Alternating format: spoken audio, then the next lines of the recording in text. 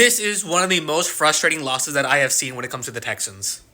The defense, it played well for the most part, despite their injuries. Like, I am pretty sure for the first 3 weeks, the Houston Texans, they have not allowed more than 20 points. It's like 20 or less points. So quite literally, if the offense just scored 3 touchdowns or 21 or more points, they would be 3-0.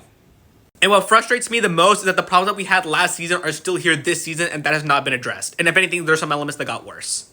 Let's talk about the wide receiver room, because that got worse from last year. I get the fact that we don't have Tank Dell, who was our wide receiver number 2. Our only good wide receiver is Nico Collins. But, like, why are we not using our other wide receivers? Jaden Higgins, I barely saw him in this game. Like, I should have seen him more. We drafted quite a few wide receivers in this draft. Why did we not use them? The wide receiver problem, that's very annoying, but oh well. And then let's talk about CJ Stroud.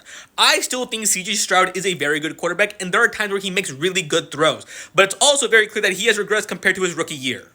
I still think CJ Stroud is the guy. At the same time, though, it's very clear that he has learned some very bad habits from his time last year.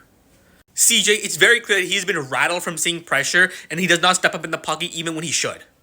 The offensive line has been so bad that it's psychologically affecting CJ. And with that, let's talk about this offensive line. The offensive line, it is bad, and it has not been addressed, and I don't know why.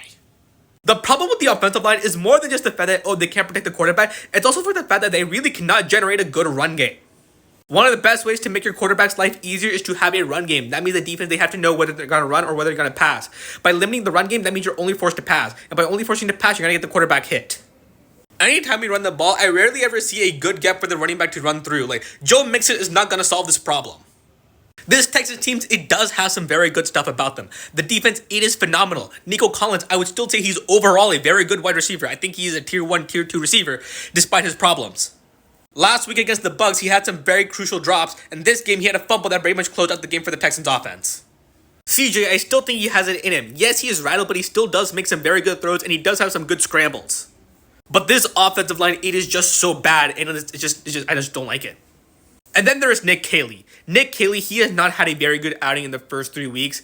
And like some people are calling for him to be fired, and I understand that. At the same time, though, this is the first time he is an offensive coordinator, so I am still got to give him some grace.